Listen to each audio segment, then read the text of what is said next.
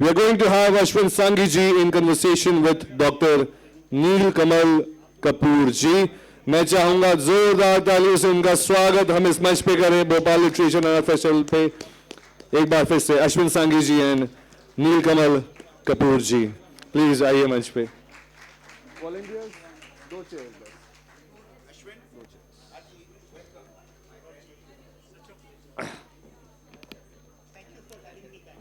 Yes.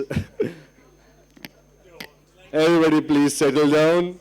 जितने लोग खड़े हैं प्लीज विराजमान हो जाइए ताकि आप आपके पीछे वाले आराम से मंच पे देख पाएं और आप सब अच्छे से सुन पाएं बातचीत वगैरह या तो बाहर कर सकते हैं आराम से बैठ जाइए As I mentioned previously, it's a ride back home for Mr. Ashwin Sanghi ji. He was here a few years back at the Bhopal Literature and Art Festival. जो लोग कई सालों से आ रहे हैं उन्हें याद होगा. And always good to have him back. Can we turn on the second mic, please? Sound team, second mic on कर दीजिए.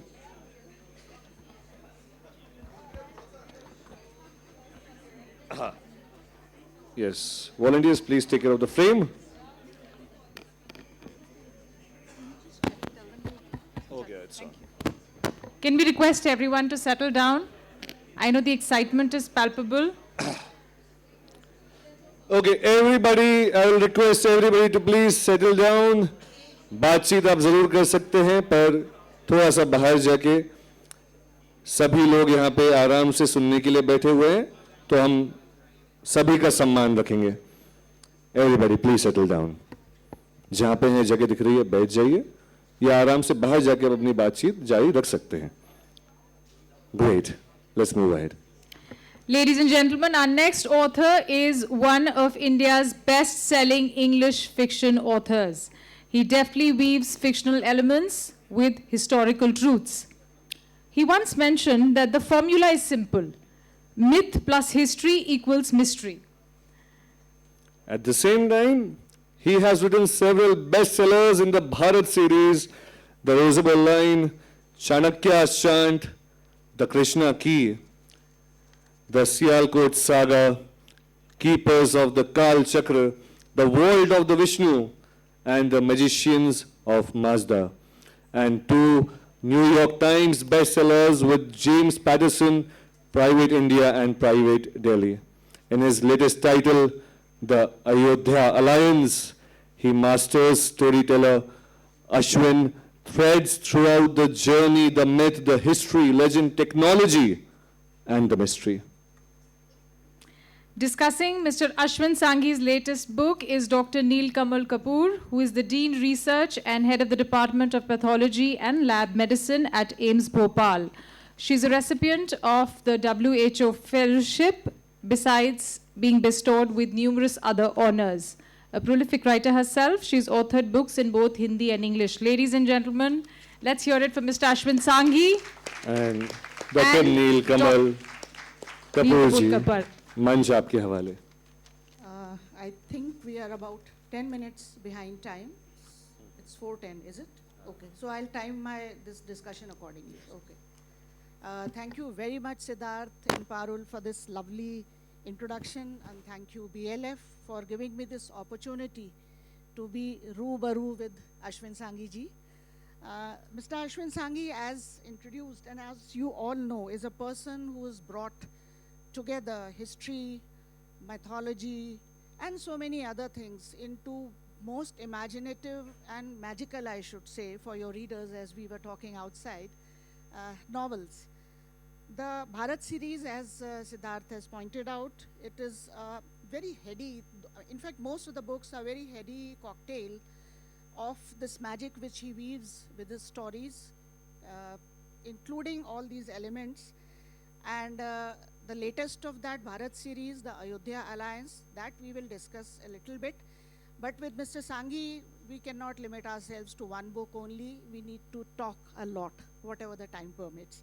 So my first question, as always, because I see many youngsters in the audience who are your fans as well and read you, that how is Mr. Sanghi, who should be writing a Bahi Khata or whatever is the digital format of it, is writing books?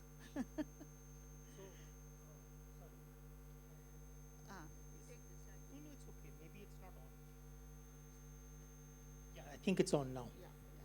I thought maybe it was a conspiracy, since I'm a conspiracy theory writer. But you know, Neelkamal ji, you've interviewed me before.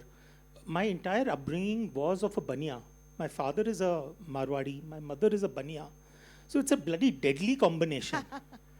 And it was taken for granted ki, you know, this is a boy in a dhande ka parivar. When I was writing a book called The Vault of Vishnu many years ago, it had a very interesting nugget about the merchants of Samarkand. And the merchants of Samarkand had a very interesting tradition.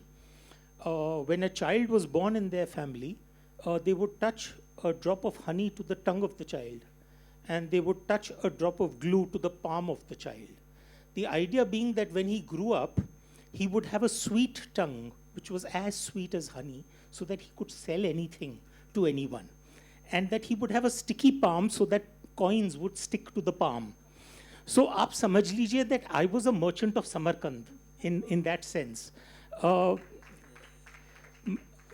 When I was 12 years old, my father said, ki start getting involved in business, come to the office, start learning how to manage the accounts. My Nanaji, who was from Kanpur, he used to be very fond of reading, so he would send me a book every week to read. So I would always have a book in my hand. And in our office, we had a Munimji who was from Jodhpur. And he would say that the only thing that is worth reading in your life is a balance sheet. And the entire vocabulary of the world is in two words, debit and credit. Wo samajh lo, and everything else. Why are you wasting your time with all of this? So I would go back to Nanaji and I would ask him, I would say, Nanaji, you know, this Munimji is saying that don't waste your time. And of course, during his lifetime, Nanaji sent me over 300 books to read. So by the time I was 21 or 22, he had sent me such a huge variety of material. Probably in some ways he had rewired my brain. But when I would ask my grandfather, I would say that, you know, this is what Munimji is saying. He would say, beta, ek cheez yaad rakho. In life, you know, you are a Marwadi, a Banya, you will always run after Lakshmi. But remember one thing, that Lakshmi is very curious about where Saraswati resides. And agar Saraswati yahan par hain, तो लक्ष्मी जी भी वहाँ पर विराजमान हो जाती हैं. अगर लक्ष्मी जी उठ के चले, सरस्वती उठ के चले जाएं, तो लक्ष्मी भी उठ के चले जाती हैं. So he said, remember one thing, in our pantheon of gods and goddesses and deities and devis and devtas, the only one who can keep Lakshmi and Saraswati on either side is Ganesh. So live your life like Ganesh, which explains why I look the way I do. So in some ways, I think it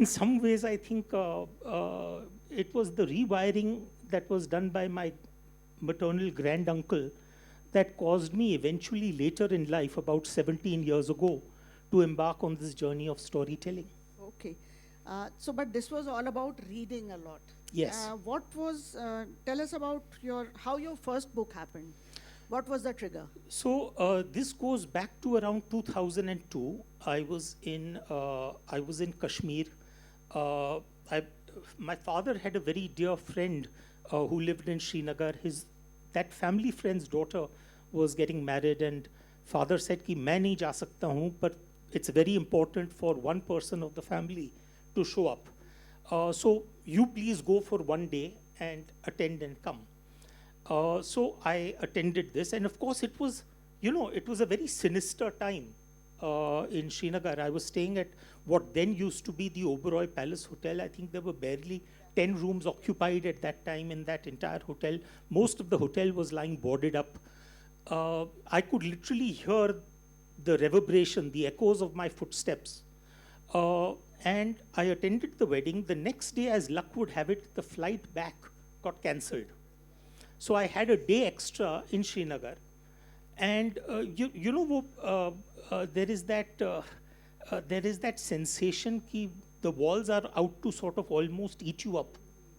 Khane ko daud rahe the diwal. So I told the driver, I said, look, I need to get out of the hotel. I'm feeling very claustrophobic.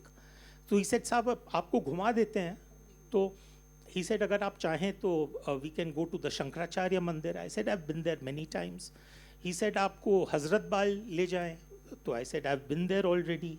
He said, Chashma Shahi. So he rattled off a few places. Then eventually at the end of the list, he said, अगर आप चाहें तो रोज़ा बाल जा सकते हैं. So I said, what is this? And then, we went through all the winding gullies and lanes. And eventually we reached a tomb, very, very unassuming sort of structure, 4 whitewashed walls, a green roof, probably not more than maybe 15 or 20 feet in every dimension. We went inside, and then what I saw, of course, was a tomb. It's the burial place of a 13th, 14th century peer by the name of Nasiruddin. But under his burial, and his burial, of course, has the head pointing towards Mecca. But underneath his burial is an earlier burial, which is related back to the origin of the tomb to someone by the name of Yuz Asaf.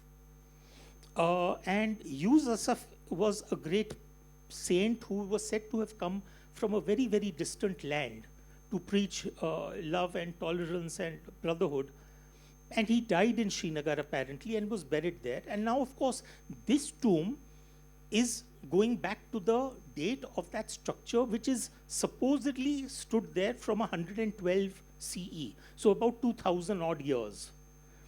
And this burial has the head pointing in an east-west axis. It's not with the head pointing towards Makkah. So outside that burial, there is a carving of a pair of human feet. And those human feet have little cross marks showing the points at which the nails for a crucifixion would probably have been hammered. And then when I spoke to the caretaker of the tomb, he told me that the local folklore and belief is that Yuz Asaf was none other than Isa Masih, who came, and he considered it to be his spiritual home of sorts, and eventually he settled down there. So this story sort of stuck with me. There are those of us in the world of storytelling who believe that we go out looking for stories. In my life, I have never had to go out looking for stories because I genuinely feel that stories come looking for us as storytellers. And then they find that storyteller where they want to settle down. So this story stuck with me.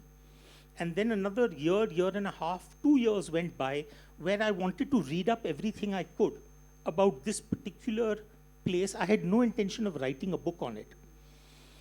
And a couple of years later, I had become rather knowledgeable about this, as well as the lost years of Jesus Christ and the connection with Tibet and many other things.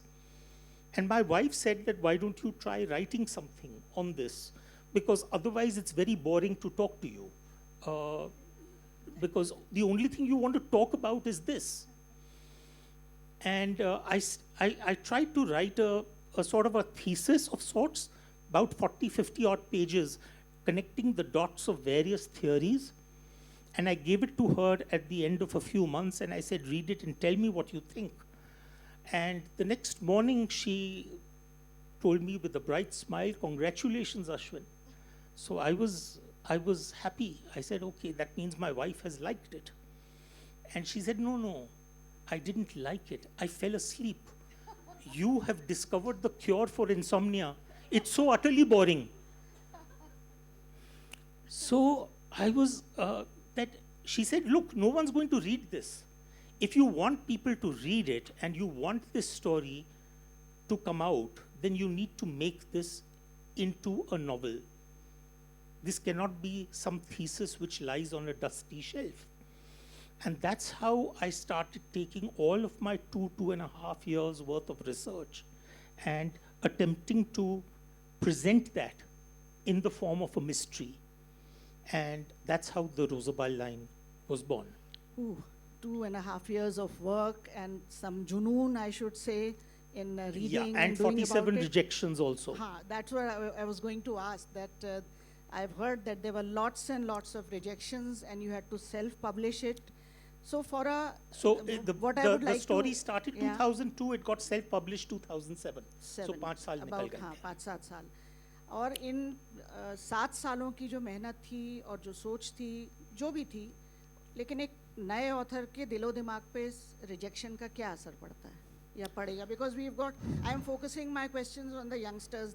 There are many aspiring authors, and rejections are the fate of most So of the for all authors. those who are going through that process, which I may have gone through at that time, I can only tell you what my formula was. That in front of my desk, I had a bulletin board. It had some numbers written on it. If you like, you can write those numbers also. They are magical numbers: 12, 18, 30, 33, 38. And people used to ask me, what are these numbers? I explained this many, many years later, that 12 was the number of times that the first book in the Harry Potter series was rejected. The J.K. Rowling rejections for that first novel. 18 was the number of times that I think Jonathan Livingston Seagull was rejected. 30 was the number of times that Stephen King's first crime thriller was rejected. 33 was the number of rejections for Chicken Soup for the Soul. And 38 was, believe it or not, Gone with the Wind. So I had these numbers in front of me, and I used to be counting how many literary agents and how many publishers have got back to me saying thank you but no thank you. Some of them saying it a little nicely and some of them saying it not so nicely. And I used to say to myself that, look, I think I'm going to do pretty well because I'm beating the pants of J.K. Rowling. I mean, by the time that I made a list of the number of agents and publishers who had said no, it translated to 47. So, yeah, so it's For my rest, lucky rest number. of you add the 47 to your notice board as well. And don't be disheartened.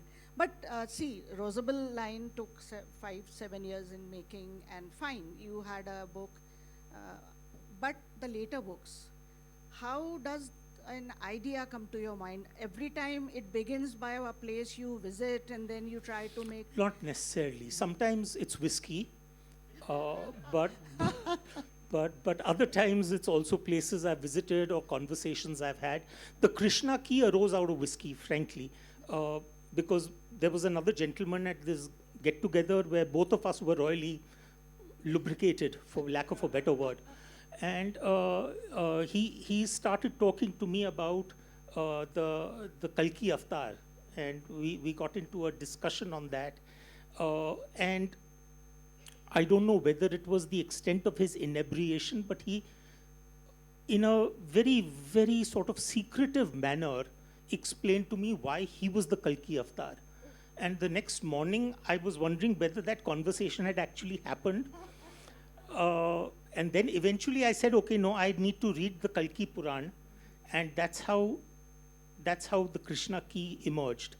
The Chanakya's chant was a standard conversation that was actually happening on the television.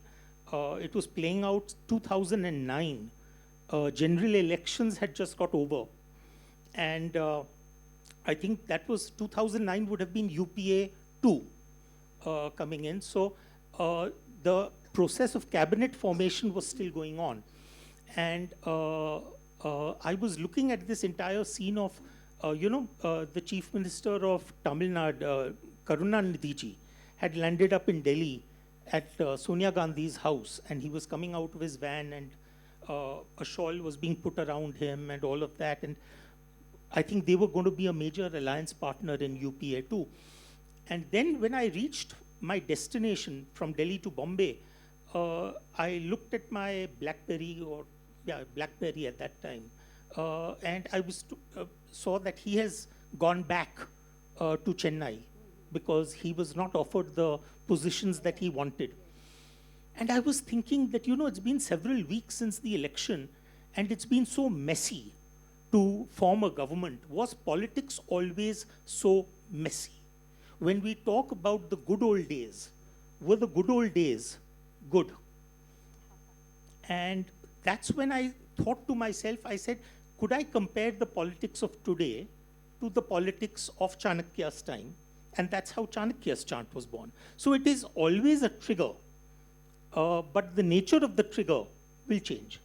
I've read somewhere about something which you label as your idea bank. Yes. What is that? So let's say you and I are having this conversation, and out of the 10 questions that you throw at me, one of those questions strikes a chord. And I'm like, how did Neelkamalji think of this? Then unlike most people who will let it be, I will go back and I will email myself that question. So I have, over the years, since 2005 or 6, I have maintained one email ID which is only used for the purpose of emailing myself. And during the course of the last 10, 15 years, I've emailed myself around 12 or 15,000 times. It could be an interesting passage from a book. It could be a video I've seen on YouTube. It could be a picture of a particular hoarding or a city or a landmark. It could be a question. It could be a conversation. It could be anything. It could be a PDF document I've come across, or a magazine article. And that becomes the basis of me being able to capture ideas when they emerge. Otherwise, most of us get great ideas, but we don't capture them. That's a very, very important tip to all the young aspiring people. In the old days, we used to call it journal keeping or diary Yes, keeping, but yes, I think yes. that's a lost art now.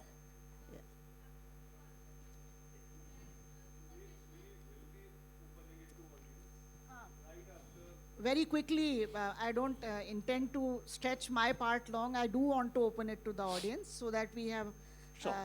good bouncers and googlies thrown at him. Because I have to remain in a discipline. You can do whatever you want to do.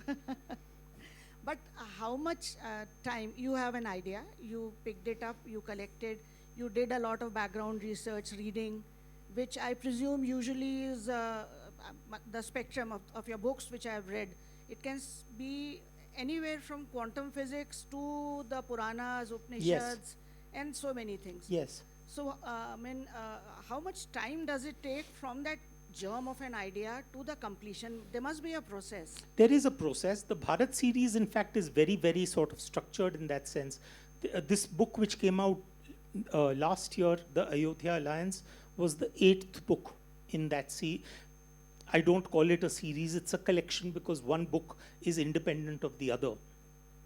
So the Rosabal line, then followed by Chanakya's chant, the Krishna key, the Sialkot saga, Keepers of the Kal Chakra, the Vault of Vishnu, the Magicians of Mazda, and the Ayodhya Alliance. But if you look at it roughly, the age, the time gap between each book is about 2.5 years.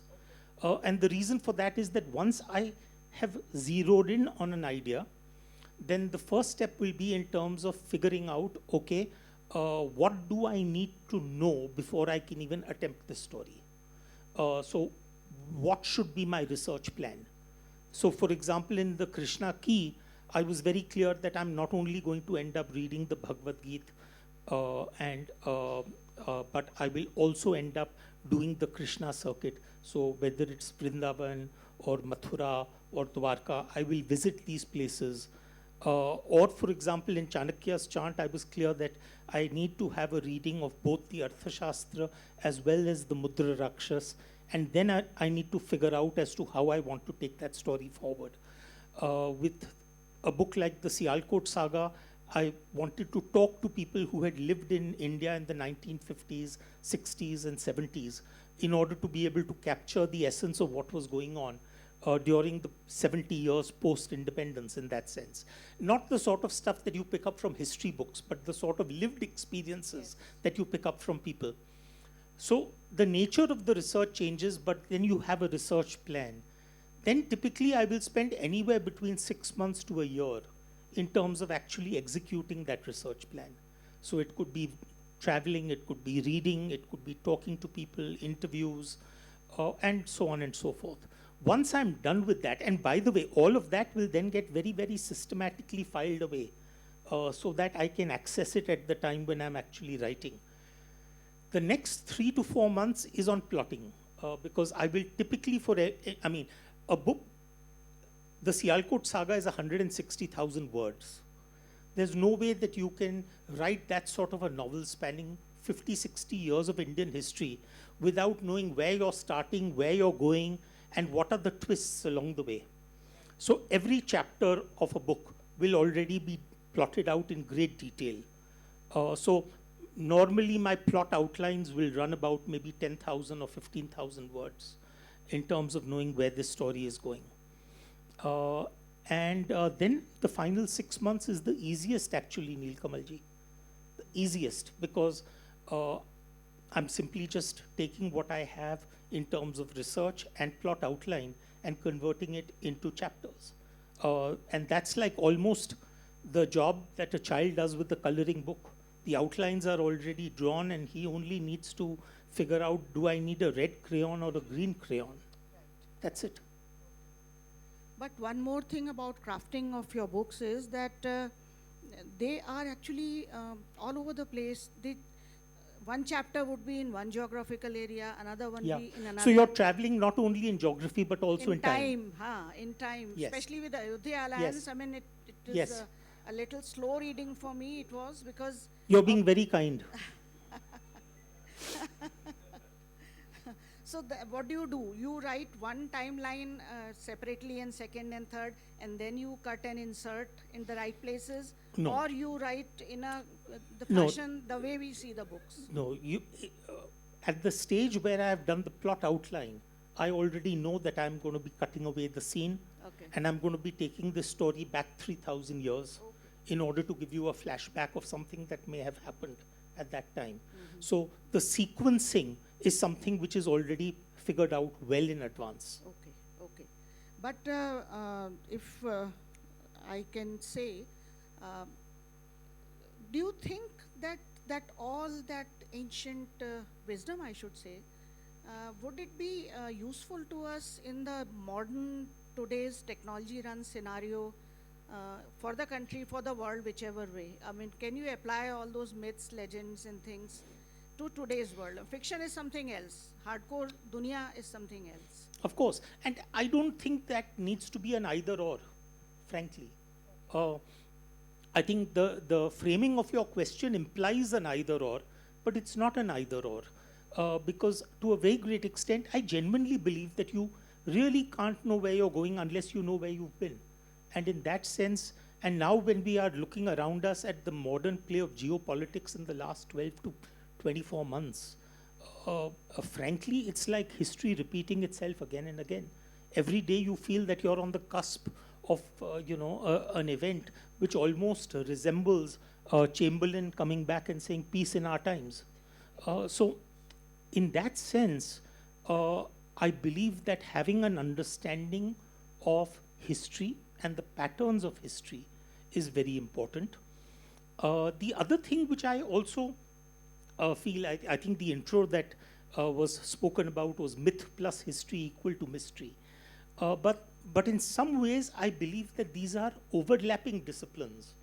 To give you an example, I mean, something like, let's say, a great event of a king called Ram, eventually going and fighting a battle with another king by the name of Ravan.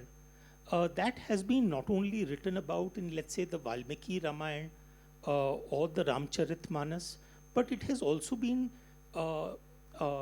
explored as a story in so many different versions, in so many different languages, and so many different geographies. Today you have, for example, let's say in Malaysia, you have the puppet dance, which is based on the Ramayana. Or for example, in the Malabar area of India, you have the Mapila Muslim Ramayana, in which Ram is a sultan.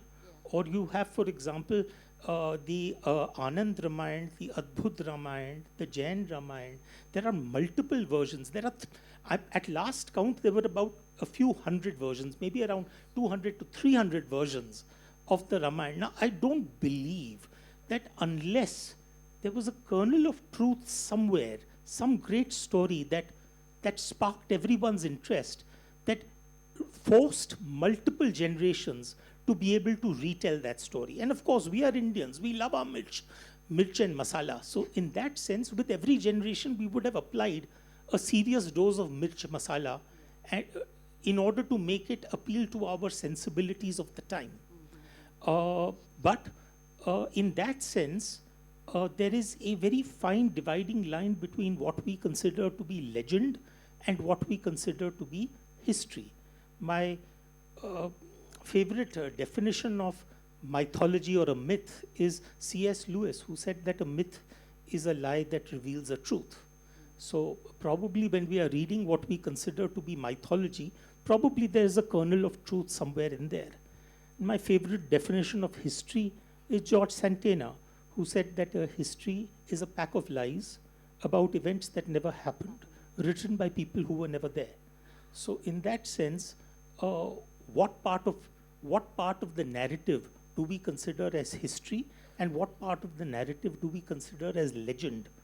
And I think that's where that equation comes from, exploring the possible overlaps between those two zones. Yeah. Because with the Ayodhya Alliance itself, right in the beginning of a few chapters, Korea came in. Yes. And I kind of, at that point, when I went through, it all made sense. But Korea in Ayodhya, I mean, I couldn't fathom. So there are why. so many aspects of Bharat that we within Bharat have in some ways ignored. Now, for example, the legend of a queen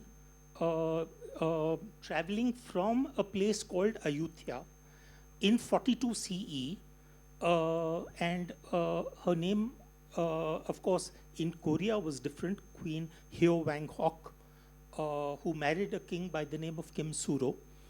But they had 10 children, and a vast majority of Koreans, particularly those with the surname Kim, identify their lineage back to this particular royal couple. And this is part of the Korean chronicles. There is a narrative of Korean history called the Samguk Yusa, which is, talks about this particular strand related to the lineage of this queen who came from India. But we have forgotten that story, whereas it has been preserved in the Korean narratives. Or you take, for example, in the Vault of Vishnu, where, I was doing research into the travel of martial arts from India into China. And when I went to Shaolin, I was surprised to see that in the middle of Shaolin, there's a massive golden statue of Bodhidharma. Now, you ask the average Indian, Bodhidharma, have you heard? They'll say, Bodh Dharma ki aap baat kar rahe honge. You must be talking about the Buddhist faith. But I'm talking about a Pallava prince by the name of Bodhidharma, who went from the Pallava kingdom via Cambodia, traveled to China, reached Shaolin, and then eventually created a combination of Silambam, Kalaripayattu, Zen meditation, and yogic breathing, and which eventually morphed into something called Kung Fu. So, but that part of the story is lost in India. It's lost in Bharat. But it's been preserved in China because they, under the statue of Bodhidharma, they talk about the fact that he came from India. So Wonderful. I think there are many, many aspects of Bharat that we are still rediscovering. That's wonderful. And I think, Siddharth, we can open it for questions. Otherwise, the audience would kill me and you. Yes. सबसे पहले हम इन्हीं से शुरू करेंगे जिन्होंने session के बीच में उनसे रहा नहीं गया, तो सबसे पहले मौका आपको देंगे, फिर हम सबके पास आएंगे. One by one, keep your questions precise, crisp, no arguments, just questions. Yes. I just want to ask you, sir, I am a research scholar and I am also doing a PhD, but I just wanted to tell you the topic of my PhD, Theory of Karma and Human Struggle for Moksha in the selected works of Geeta Mehta and Ashwin Sanghi. Oh, Now that's amazing. wonderful. Wow. So I am basically characterizing the characters and keeping them in the theory of karma, and then analyzing that what type of karma they do and would they attain moksha or not. So I just wanted to ask you that in the Krishna Ki there is a character called Tarak Vakil, and you said that in the book that he's a Kalki avatar, and you decoded that word Tarak Vakil as Kalki avatar, and you jumble that words, and the protagonist will What's your name, by the way? Pragya Shastri, sir. Pragya, please never take me seriously. I hope you know that. So I just wanted to ask you that how did you put that in a book that the protagonist will in the future will decode that? Thank you. No, I mean, for me, look, at the end of the day, I think people attribute too much to my motives when they read my books. They try and, they come back to me and they say, oh, sir, you are so knowledgeable in history. You know so much about Sanatan Dharma. Oh, sir, you are in some ways, you are a theologian of sorts because you've studied multiple religious belief systems. Can I tell you, at the end of the day, I'm a big fake. I'm saying it very seriously. I'm a big fraud. Ultimately, what am I? I'm a storyteller. My job, I believe it's the 3 E's. Entertain, and that accounts for 70%. So you'll see the way my books are structured, typically, and that's something that I also picked up from my working with James Patterson, where, in a plot outline, if someone dies in chapter 20, he would say, let's bring it to chapter 1, let's start with a bang, So, I mean, in that sense, I'm a commercial fiction writer. So I don't make any bones about the fact that there is nothing highbrow. I'm the equivalent of a vada pav, it's a fact. And I wear that badge very, very proudly, that I'm writing at a very simplistic level, because I want to entertain you, and that constitutes 70% of what I do. 20% is based on the research, and that is what I call the education factor. That may be something like, let's say, the story which I talked about, the story of Suri Ratna traveling to Korea, or the story of, let's say, Bodhidharma landing up in China. There are certain aspects of Bharat that you may not have known, which will come across through that story to you. That accounts for about 20% of what I do. And 10% is, they call that moment, which is that batti on moment. Batti on ho gayi, batti jal gayi. So hopefully by the last 3 or 4 chapters, I hope to surprise you with a connection which will tell you, why didn't I think of it this way, right? So for example, she was talking about keepers of the Kal Chakra. I'm not a BSc student, I'm a BA in economics. When I was writing Kal Chakra, I had to study quantum theory. So I got in touch with a friend who spent 6 months with me every weekend to teach me quantum theory 101. And then by the end of the book, you figure out why that quantum theory is there in that book, why physics and Buddhism and meditation are all being talked about in the same story. So that is that 10%, which is that moment of enlightenment. So it's 70% entertain, 20% educate, 10% enlighten, and in that order. And I'm not trying to do anything more than that. So please, for heaven's sake, my serious request to all my readers, just treat me as one more mass market writer who's trying to entertain you and tell you a good story. read nothing more into it. हाँ, research guide मिल गए आपको.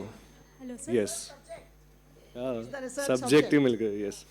लीडी sir please. मेरा प्रश्न आपसे magician of Mazda के context में है, जहां आपने एक उसको स्टार्ट किया फॉरेन कंट्री से, पूरा तालिबान घुमाया, सब जगह घुमाया, लेकिन वाई उसका क्लाइमेक्स वो कश्मीर में क्यों आया? वाई कश्मीर? आपने कहानी तो पढ़ ली होगी, तो जब आखिरी चैप्टर उसका प्रेजेंट होता है, तो मैं आपको दिखाना चाह रहा था कि ये जो पूरा सर्कल है, कि कहीं पर ये सारे जितने भी जहाज़ हैं वो ईरान से पहुँचे on the coast of Gujarat, Sanjan में, and from the 8th century हम लोग ने ये समझ लिया था कि भाई ठीक है, ये जो कहानी है, जो ज़ोरास्ट्रियन वाली कहानी है, जो पारसी लोगों की कहानी है, वो 8वीं शताब्दी से हमारे लिए शुरू होती है, क्योंकि उस वक्त उनके जहाज़ यहाँ पर पहुँचे. मैं आपको दिखाना चाह रहा था कि वो जो कनेक्शन है वो बहुत ही ज़्यादा पुराना है, क्योंकि वो जो कहानी है वो 8वीं शताब्दी से शुरू नहीं होती है, उसकी शुरुआत अथर्ववेद से होती है, और वो अथर्ववेद का ओरिजिन कहाँ है, वो कश्मीर में है. तो इसीलिए वो कहानी का जो अंतिम चरण है वो कश्मीर में आके रुकता है. सवाल नहीं है, बस एक एप्रिसिएशन है आपके लिए. 2019 में मैंने मेरी पहली बुक लिखी थी, और भारत के जितने प्रसिद्ध राइटर्स जिनको मैं पढ़ता था सबको ईमेल किया था कि क्या आप मेरी बुक बस रिसीव करेंगे. You are the only one जिन्होंने एक्सेप्ट किया. तो I just wanted to say personally thank you sir. No, I am grateful. देखिए, ये जो प्रज्ञा यहाँ पर बैठी हैं, इन्होंने अपना स्कॉलरशिप कार्मिक थियोरी पे किया है. तो एक चीज़ जो मैं भूला नहीं हूँ वो ये है कि जब मैं भटक रहा था एक पब्लिशर से दूसरे पब्लिशर तक, तो कोई भी ऐसा अगर मुझे बंदा मिल जाता जो मेरा हाथ पकड़ने को तैयार रहता, तो I would have felt very nice. तो मेरी कोशिश रहती है कि जहाँ पर भी मेरे पास कोई ईमेल करता है या लिखता है, तो मैं कोशिश करता हूँ कि मैं उसका रिप्लाई तो ज़रूर कर दूँ, भले ही मैं कुछ कर सकता हूँ या नहीं कर सकता हूँ. कई बार सिर्फ ये है कि भाई लगे रहो, बिकॉज मैं भी इस दौर से गुजरा हुआ हूँ, मुझे मालूम है क्या हुआ है. I know how difficult it is, just stay at it. Sometimes all you need is a few words, so that's what I try and do. But yes, to say that I am some संत महात्मा, नहीं, वो नहीं है. पर मैं कोशिश करता हूँ कि मैं एटलीस्ट जहाँ तक हो सके, वो क्या था, गूगल का मोटो था ना, डोंट बी ईविल. हाँ, अब तो वो भूल गए हैं, पर I think I am very influenced by that old proverb which said it is nice to be important, but it is important to be nice. So that's what I'm trying to do. It is important to be nice. भले संत महात्मा नहीं, but you are definitely a gracious person. Yes, the young lady there. Hello, sir. I wanted to ask, does it ever happen that, of course, the amount of research that goes into your book, but then when you revisit your idea bank, does it ever happen that you feel oh, maybe this idea could have been put in the book? Or maybe when you reread your books, you feel like I could have written more about this or written it better or something like that? Whenever I have ended up trying to read my books, I have ended up being so depressed because there were 100 things that I should have done better. I could have done better. There are things which I should have talked about. There are elements to the story which could have been worked. And the truth of the matter is that you are never going to have a perfect story. See, the problem is that you have lived with that idea for 2 years or 2.5 years. You've spent 2-3 months working on the idea. Then you've spent another 3 months working on a research plan. 9 months on actually executing that research plan. 6 months writing the story. Another 3 months, by the way, which I didn't talk to Neelkamal ji about, rewrites. So typically most of my novels go through at least 3 or 4 rewrites. Then after that, you've ended up submitting the manuscript to your publisher. Editors start getting involved. It moves up, down, up, down. By the end of it, you're sick of that process. You just want the story published. You want it over and done with. वो भले चले नहीं चले, लोग उसको रद्दी में फेंक दें.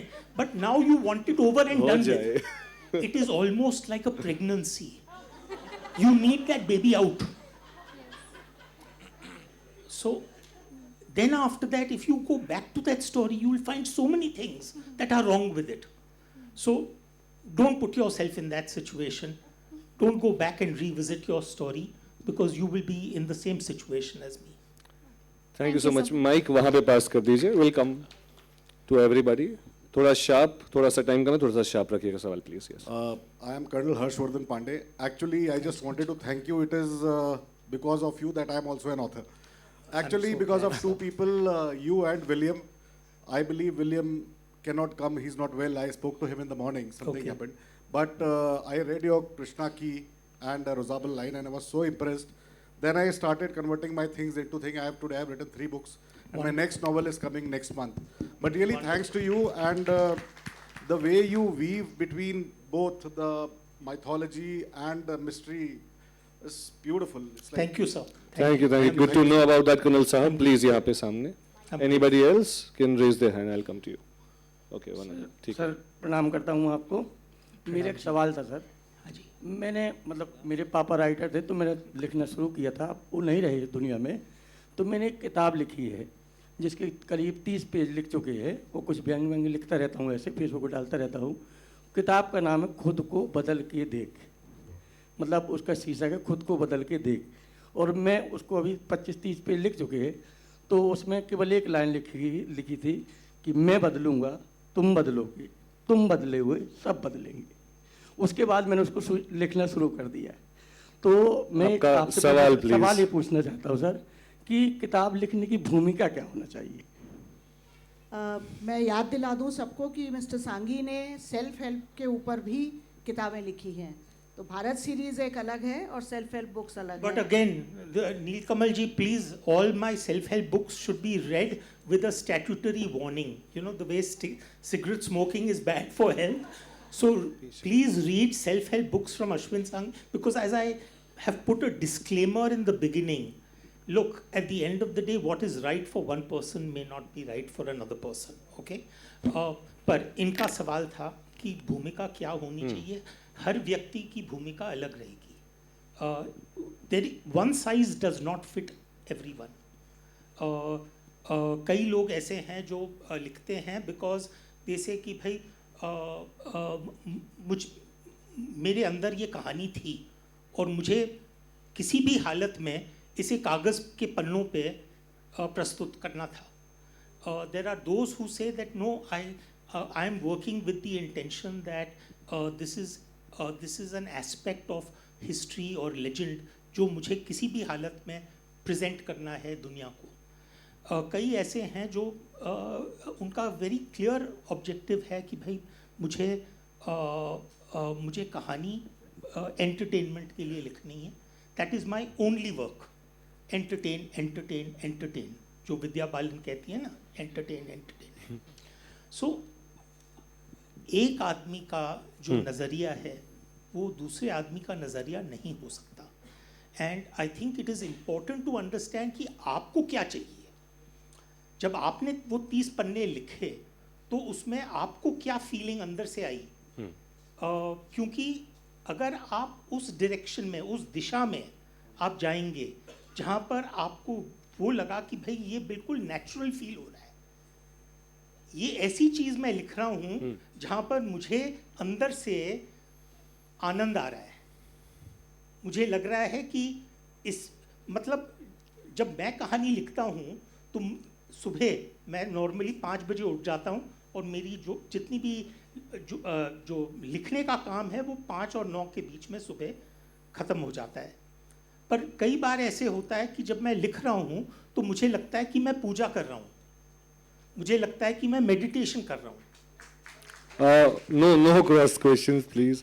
So आपको फिगर आउट करना पड़ेगा कि आपको कहाँ से आनंद आ रहा है. One last question, Piche. I'm so sorry we are running out of time. I have to be the bad guy. Last question, please. Mr. Sanghi, are you inspired by any foreign author whose writing is Sorry, I don't know amalgamation of where is the history, question? Okay, yes. mystery, and some bit of quantum so sorry, physics? very sorry. Sure. There are many inspirations. When I was growing up, of course, as I told you, my maternal granduncle sent me a lot of books. By the time that I was probably in my early teens, the variety of books that he had sent me was so wide. I mean, to give you an example, I first attempted to read Paramahans Yoganand when I was probably around 12 or 13. And then it required several more attempts before I could actually complete the book. There were also books that he sent me which I never completed, like for example, War and Peace. I never completed it. Or there were books which made me feel intensely jealous, like today, let's say Midnight's Children by Salman Rushdie. I felt jealous that why can't I write like this? But in modern times, I would say the storytellers that held my attention probably were people like Dan Brown, where I got a lot of inspiration from guys like Dan.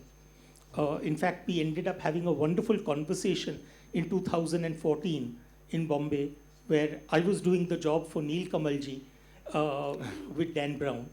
And then, of course, I got to write mystery thrillers along with James Patterson, and I had been an avid reader of his crime thrillers. So in that sense, I think I am one of those where, in terms of content, I read everyone and everything, but in terms of style, it is the modern commercial writing, whether it is Dan Brown or Sidney Sheldon or Jeffrey Archer or Ian Fleming or Frederick Forsyth, all that fast-paced stuff where every chapter ends with a hook, where you don't need to turn the page, but the page should turn itself. That's the sort of writing that I love doing. Thank you so much Ashwin ji. मन करता है आपको सुनते ही रहें, पर समय की कमी है. मैं चाहूँगा अभिलाष खांडेकर जी प्लीज़ इस मंच पे आएँ. मैम वेरी सॉरी, समय बहुत कम है. हमारे नेक्स्ट सेशन के लिए गेस्ट आ चुके हैं. I have to go for with the proceedings. Ashwin ji, I hope आप यहीं रहेंगे शाम तक, तो बाहर आप जरूर उनसे मिल सकते हैं, बातचीत कर सकते हैं. Meanwhile, we would like you to present the token of love and appreciation on behalf of the Bhopal Literature and Art Festival.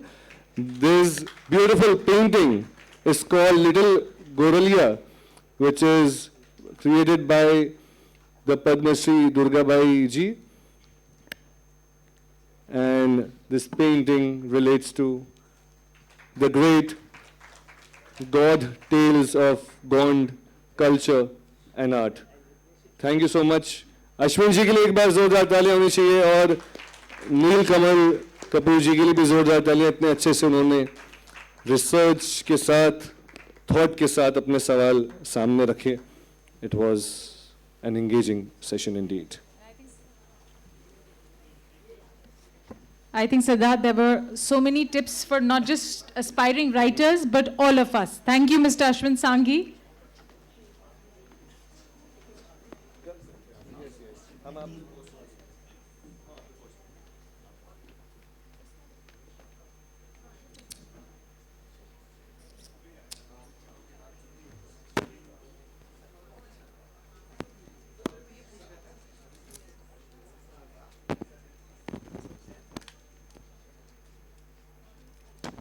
Okay, the next session is going to be on the person